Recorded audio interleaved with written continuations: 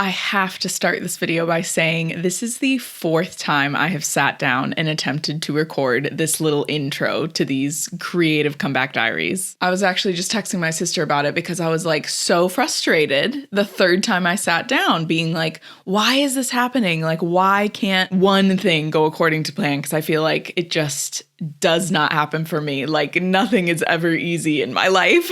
It's almost like the universe is like, are you sure? Are you sure? Are you sure you really want to do this? Are you sure? And so I actively yelled like out loud. I was like, I'm still going to do these. Even if I can't get these done today, I'm still recording this. So here we are. This is the intro video to my creative comeback diaries. Take 4.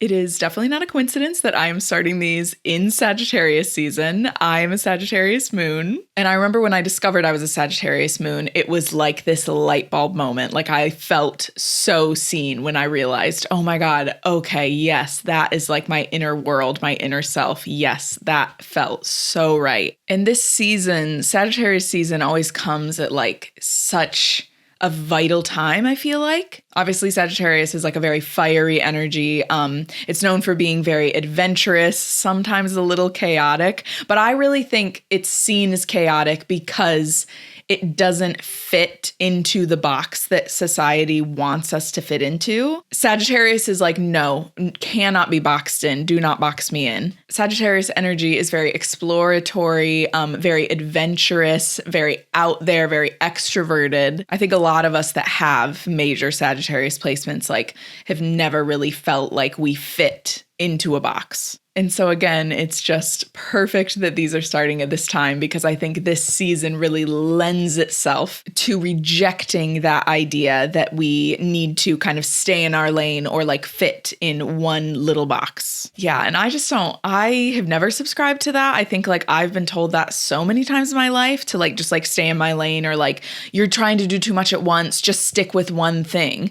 But that just is not me and like has never been me. I think the thing that I am learning to be comfortable with is that I'm going to try things that aren't going to work because there used to be so much shame, or like even at times there still is some shame for me surrounding when I try something and it doesn't really work or I don't have immediate success or it just like isn't a fit in the end. Like I don't want to continue spending my time doing it. And I think that really comes from capitalist culture being like, pick one thing and then like do that forever. I should explain first that I am an actor first and foremost. I went to school for musical theater. I knew from such a young age what I wanted to do was be an actor. I felt the most myself when I was putting on little shows in my living room, in my family room at home, singing and dancing and acting, running around, you know, in character. I just always felt like that was when I was the most myself. And then, of course, as I grew up, you know, went to middle school, high school, I was in choir, I was in theater. I definitely still have some like imposter syndrome surrounding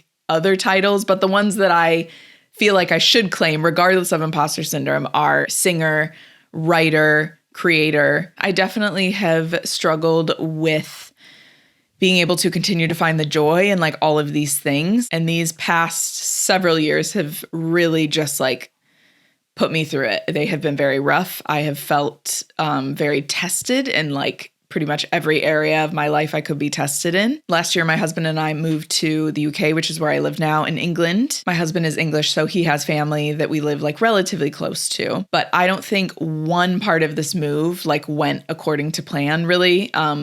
Everything was like, even if it worked out in the end, it was like quite the process to kind of get to that end result. And right before we moved, a couple months before we moved, we had lost one of our dogs, and then we lost our other dog, both like very suddenly. They both passed away very suddenly in January at the beginning of this year. And I have always been a really big animal person. I always joke that like I like animals more than people, but it's not really a joke. Both of those losses, like I didn't know how I was going to come back from either of those for quite a while. With my dog that passed at the beginning of this year, I mean, just last night I was up in the middle of the night and like crying again because it just feels like how she left this world just feels so wrong. And I am a very spiritual person. Obviously, since I was talking about astrology, you probably could deduce like I'm very spiritually tapped in. And I have felt, still deeply connected to them, even with them passing on. But obviously it is not the same as having them here. And so that grief has like really changed me. And I really think all of that is connected, especially as a creative, especially as an artist. I think that whole journey is one and the same. It's all a part of our journey as a human being. You have to be the best human being you can be to be the best actor, creator, writer, artist you can be. Something I've noticed about myself, I don't know exactly when it started happening, but when I learned about the term functional freeze, I was like, oh, that's what happened to me. That's what I was living in. And I think it was like a combination of things. So I obviously was going to school for musical theater, just certain things that were said to me about myself that I'm sure were well-intentioned, even though sometimes it's like really hard to feel like they were well-intentioned. But I don't think anyone, is trying to well, you know what? Actually, I take that back, because I do think sometimes I think there is a part of people want to like kind of like tear you down to build you back up again. But that just never worked for me, and probably never would. I really need people that create a safe space and just make you feel comfortable. And so, of course, those were the professors or teachers that I did really well with. But I realized at some point in that process, I started kind of living in functional freeze. And I think I was kind of trapped in living in a functional freeze state for years after that, because I moved to LA after I graduated from college. And I think I was just stuck in that state for a really long time without really even realizing how bad it was. But then obviously having this experience, with grief, grief just really like cracks you wide open, and you just feel all the feelings. You have to process what's happening, because you can't you feel like the world is moving on and you're just standing still. Because how could you move on after like this devastating loss? How can you just go back to living your life, right? And then throwing in an international move into the mix, looking back, I'm like, even,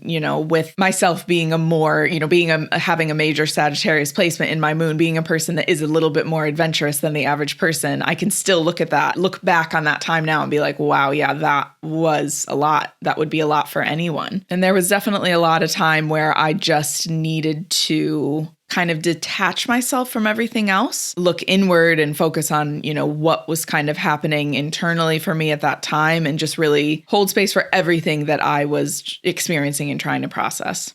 And thankfully doing that, has allowed me now to get back to the space where I am finally feeling inspired to create again. And I want to document the process. I laugh when I say that, because it's scary documenting the process as well. Like, I don't know if I'm going to be documenting myself succeeding or failing. I don't know if failing is the right word. I don't know if I'm going to be documenting myself succeeding or stumbling over and over again. I think it's probably going to be, I hope, a mixture of both. But all I can do is just start and be very honest about the process. I think the creative process and a spiritual journey, your journey with healing and mental health, a lot of these journeys or processes are not linear. And so I'm really trying to be okay with that and kind of come to terms with the fact that they aren't going to be linear. Because that's another thing that, our society really pushes on us, that it's we just constantly have to be improving and just only getting better and never taking 2 steps back. But I don't think that's really how life works. I think it's a part of the journey to, kind of feel like you stumble and find a way to pick yourself back up. There have just been so many times in my life where I have felt I am not doing it right. I'm not doing it the way I'm supposed to be doing it. Things aren't happening for me the way that I've seen them happen for other people and the way that, we're told they should happen. It's funny, this past weekend, actually, we went to go see Wicked. And I'm sure a lot of you have seen, with this press tour of Wicked, how they've just been so emotional in their interviews. And I am oh my God, I love it. I'm so refreshing. Oh, it's so beautiful. I love their raw emotions. I'm watching their interviews and I'm crying with them. Cried through half of Wicked as well, by the way. And that movie coming out at this time is not a coincidence. Pluto has just moved from Capricorn to Aquarius. And like this message, the message of this movie of Wicked is so important right now, and we really need it. But yeah, seeing those interviews with them, like I'm like, this is like my type of vibe. Like I'm like, yes, let's talk about all of the feelings that we have surrounding this. I mean, at the end of the day, like I saw someone say, they were like, they're theater kids. What do you expect? And like, that is so true. I'm like, yeah, what do you expect?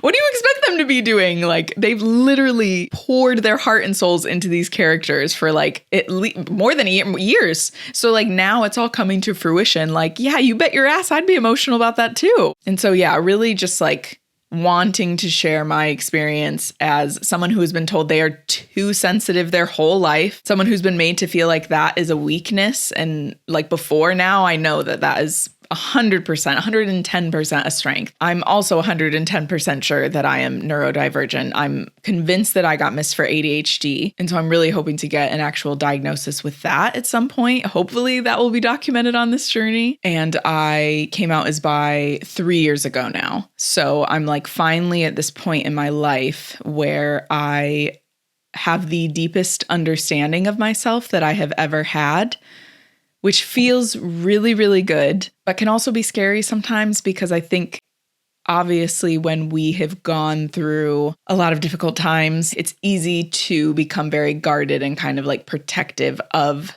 your true self that you've come to know so deeply. I mean, at the end of the day, being a creative or an artist, you're just really kind of putting your heart and soul like out there and sharing it with the world. So there's going to be people that don't get you, and there's going to be people that actively dislike you and just really cannot hear what you're saying, especially for us projectors. But I have hope that this will reach the right people, the people that need to kind of hear the same message and might be struggling with the same things. It's helped me so much hearing other highly sensitive people's stories, hearing stories about other women that believe that they have been missed for ADHD their whole life, and have been living with neurodivergence undiagnosed and just like kind of trying to mask, trying to fit in, but constantly feeling like they just weren't the same. I think so many of us that, get really invested in astrology or psychology or different personality types, human design, Enneagram, that kind of stuff. It's often because we were the child that constantly felt different, was kind of like looked at in a weird way for not doing things the right way, the socially acceptable way. And so a lot of us just like abandoned kind of our true nature, our true self to fit in, and just kind of tried to conform, all the while very much feeling like we were not conforming successfully, having like imposter syndrome and just being like, oh my gosh, they're going to realize I'm not like everyone else, blah, blah, blah. But like that's the strength. Like we shouldn't want to be like everyone else. That's why we are the individual that we are. Those of us that get really invested in these types of things, it's because at the end of the day, if someone would have done that for us and tried to understand us, tried to understand our unique personality, like I'm thinking of with astrology right now, like